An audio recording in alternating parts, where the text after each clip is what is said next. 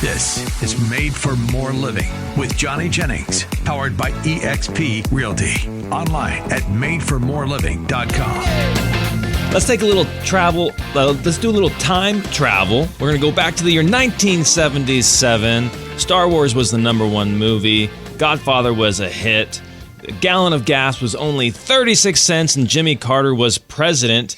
And a young man, he was about 5 years old, named Tom Daves, got his real estate license.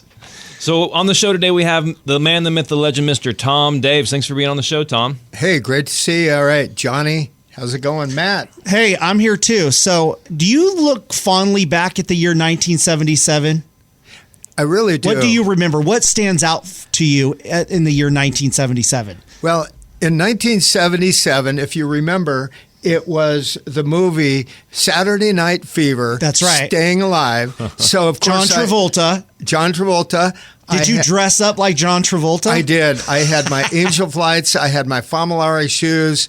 I had the whole kit. And I was driving a brand new Corvette. I had a red Corvette. Wow. And Where'd you get the money to pay for that? Well, I was in the grocery store business. I've always worked. I've always had a job. And I saved up my money, got a Corvette, and got into real estate. Wow, what color was the Corvette? It was red. Wow. Do you have any idea what it cost back then, the Corvette? I think it was probably about, $9,000 or something like that for If that. Yeah. A brand new Corvette, Yeah. $9,000. And you took care of that baby, right? Absolutely. Oh my gosh, you walk out of the store, there's a dot on here. What is that? That's incredible. So you got the fancy car and then got into real estate. Got into real estate, and when I first started, I went to every training class that my office had. We'd go into the office meeting, and everybody was drinking their coffee. And I said, man, I don't drink coffee, but I've got to start drinking coffee. So Yeah. Crazy story. I put cream, sugar, and my broker came in. And he said, no, real estate agents and brokers, they drink it black. So I drink black coffee ever since. Wow. That's how you got started in black coffee? Got started on black coffee, and I did every single thing that they suggested that I did. I mean, back then, there were no cell phones. There was really no technology at all. So it was old school. Yeah. Old school is new school. We were knocking on doors, talking to people, holding open houses, working with buyers, working with sellers, taking floor time where we had... What's that? What's floor time? Well, floor time is when you would have buyers walk in and sellers walk into your office, and they would want to either go out and look at properties or they would want to sell their property. So we had the multiple listing book, which was really like a telephone book. Wow. And we had all of the listings in there, so we would thumb through it, find some properties, go out and show homes. And, back then there was only one-page contract. And it was all Really? pretty much blank. We would write on that. A lot of white space on that contract. When you were driving around, I was talking with a buddy. He had an uncle who got started in real estate sometime around the same year in the 70s, and he would roll around with a bunch of quarters. So that way he can make calls from the payphones. Because there were no cell phones. Well, did you have to do that? Or? I think it was more like a dime back then, right? Oh, really? Yeah, Yeah. it was a dime. Yeah. Go to the cell phone. Go to the... the payphone? Go to the payphone, and I literally was doing everything that they suggested, knocking on doors, working with buyers, sellers, open houses, and I have a little bit of ADD, and so I got overwhelmed, and I decided, well, the first thing that materializes, that's what I'm going to specialize in. So I actually got an expired listing. That's a listing that has been on the market for, say, 90 days with another broker, and it hasn't sold. And then I would contact them and ask them if they still wanted to sell their home and if they were happy with their broker, and if I could meet with them to share how we can get their home sold. So pretty much became... And that worked for you. And that it was worked. like, hey, this is my niche. This is my niche. Because these people had a problem. They wanted to sell their home, but it just wasn't selling. It was sitting on the market for 90 or 120 days. They still wanted to move for whatever reason to, move out of state or upsize or downsize. So I was able to connect with them and help them solve their problem, get their home sold, and help them move, usually with family, out of state. That's so cool. You've been doing this for so long, though, Tom. Like, what was it that initially was like, hey, I'm going to pivot out of the grocery business and into real estate?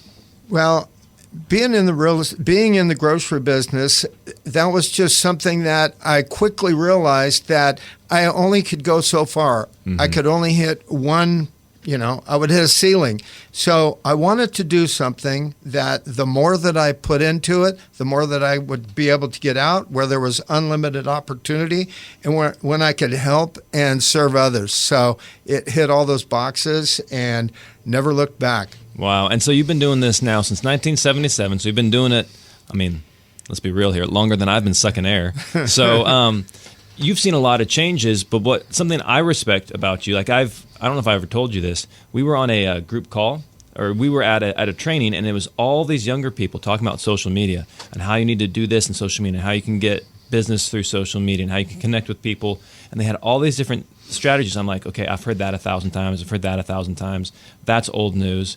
And then it came your turn to talk because it was a panel, and I was like, okay, what's Tom going to say? And you just started spitting fire. The people on the panel started writing notes. Like, it was like you've always been a consummate learner. So what do you attribute to that? Great question. I think it was from failure, to be honest with you. Mm-hmm. When I first started, I failed miserably. It was 3 months. It was, I started in December 77, and then January, and then February and March. I was failing miserably. And a mentor came alongside me, John Aberg. He was the owner of our company, our broker.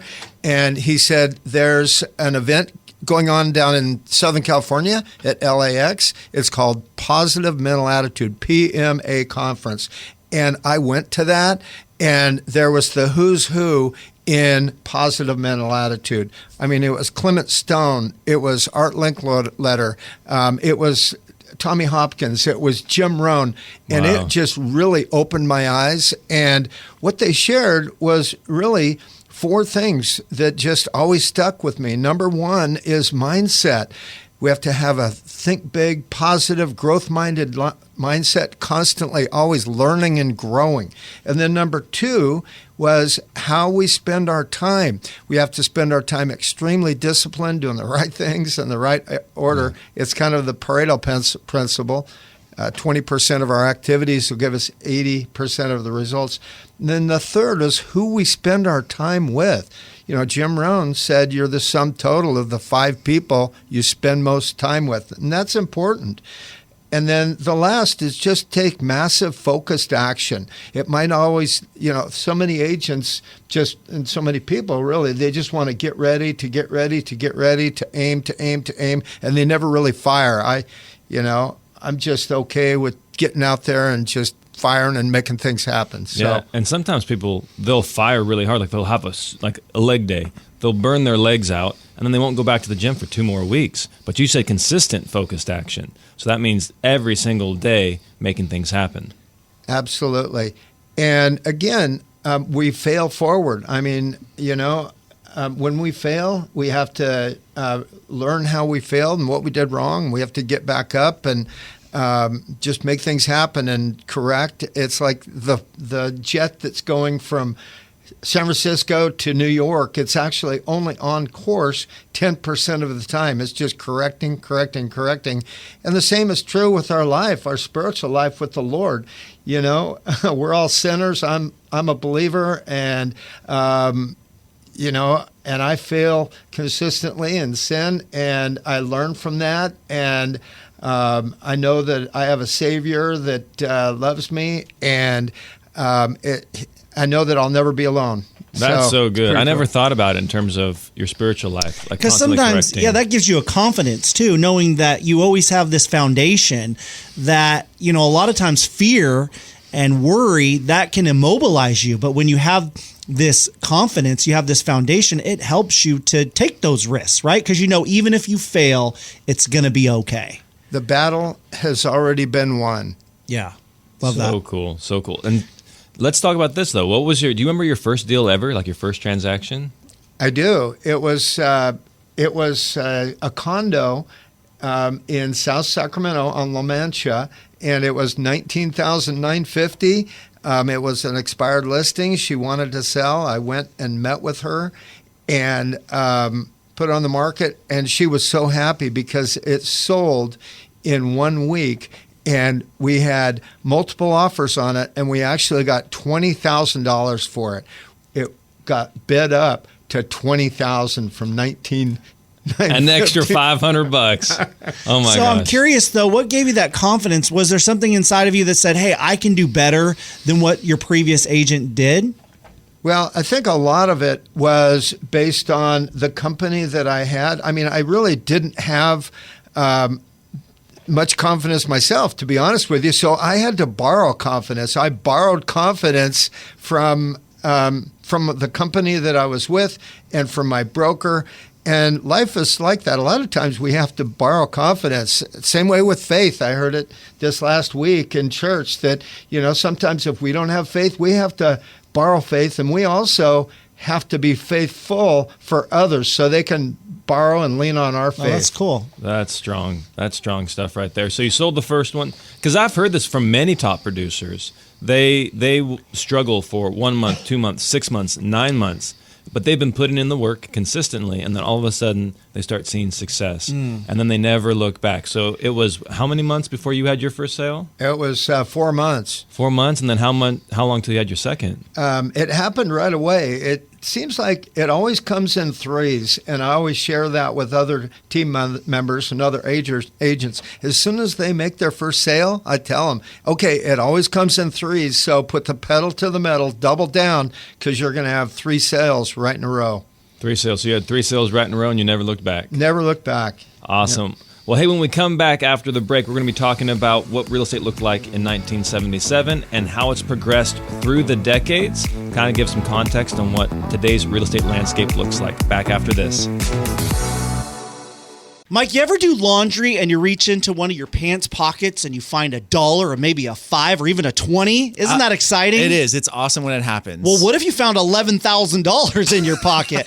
Listen to this. Brad and Missy, they wanted to sell their home, and they heard about Johnny Jennings and the Tom Daves real estate team on the radio, so they reached out to them. Guess what? Johnny and his team were able to sell their home in the first weekend, the very first weekend, Wow. and for more than even what they listed it for. But here's the great part.